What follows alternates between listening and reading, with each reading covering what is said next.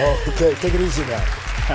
I like that. Yeah. Very manly of you. Thank you very much, yes. So she's speaking from a 1945 perspective. Correct, Right. You've got that. It may be pre-feminist, but she's kind of a feminist back then, right? She is. She's a very forward-thinking woman. But yeah, she's transported back in time to 1743, where she meets my character, Jamie Fraser, who is, yeah, he's a Scotsman, and he's been brought up a certain way and has his own moral code from that period. Is he a good guy?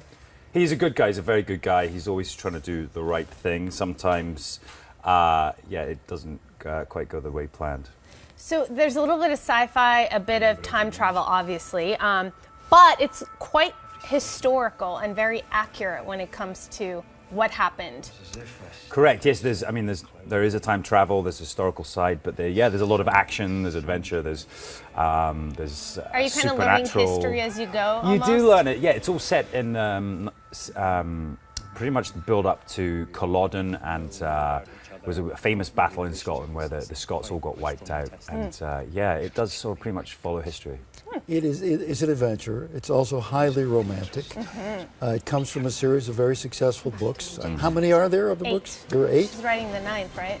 You've got it, yes. She's sold over 26 million of these books. Diana Gabaldon has written this terrific series. And there's companion books as well. But yeah, no, they're fantastic. The stories are great. The characters are, very, very big. And, Okay. Let me talk about you for a moment. It is true, or one of these stories they make up. Your acting teacher said to you, what? He said that, well, he's going to really punish me for this, but he said I couldn't act. This is with a drama school, yes. And I don't know, I think it's part of the whole process of breaking you down. Well, wait a minute. Are you in touch with this acting teacher still? I met him about a week ago back in Scotland, and I reminded him, and he was quite upset. Was he? Was he gobsmacked? He still believes I can't act. And, yeah, Oh, stop it. Yeah, no, when that moment occurs, I mean, what did you take from that? Oh, I can be better, or I'm aiming for the wrong business. I think in this industry, you get a lot of knockbacks, and I think it was a test, and I think as a drama school, they like to do that. They like to test you and not make an easy path for you, and it certainly makes you, consider, am I doing the right thing? Yes, and it's sadistic at the same time. It is. I'm sure that you got some pleasure out of it. You are Scottish, right? I am. What was this whole thing when you first got cast, people saying you weren't Scottish enough? What was that about? I mean, I didn't really see any of that, but if there was, I mean, I am Scottish. Yeah, I'm a true Scot, and I don't know. I mean, it's interesting. Scottish culture is portrayed in a lot of famous films like Braveheart and a lot of TV shows, but I think ours is very authentic. How good are you in a kilt, riding a horse, and going to battle? I'm terrific. It's the first thing I had to learn, and it's actually surprisingly comfortable riding a horse in a kilt. Is it? It is. Oh. Yeah. You should try it sometime. How do you know I haven't?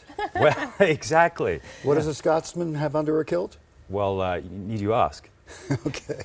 So Sam, you flew back to be part of Comic-Con this weekend. You were in Scotland. That's right. What was that like? Look at you. All your fans out there. The panel. Yeah, we had almost 5,000 fans at that panel. We managed to consume a whole bottle of whiskey. And I ended up... Before or after? During the panel, and I ended up dressed as a pirate. So it was pretty successful, I think. You were dressed as a pirate because you lost a bet.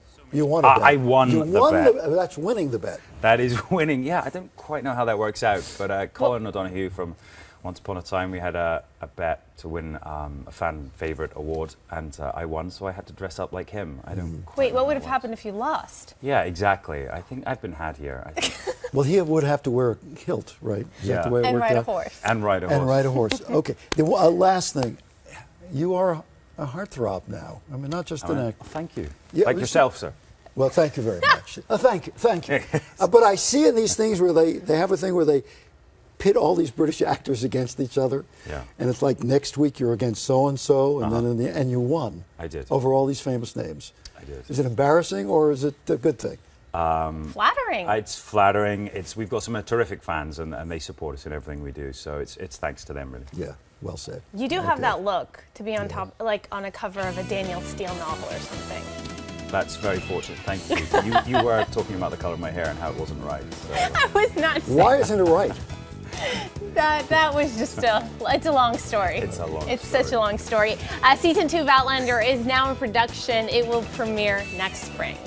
Pleasure to meet you. Nice to Thank meet you, Sam. you. Thank you, Thank you Sam. so Good. much. Thank you. Where are you going? You don't have to walk out yet. I don't have to It's go. not over yet. I can stay. Thanks, guys. I'll drink my coffee. All right. Coming up, we have something really interesting and exciting. Yeah. She calls herself an average teenage girl who just wants, who's assigned male at birth. Jazz Jennings and the Family coming up.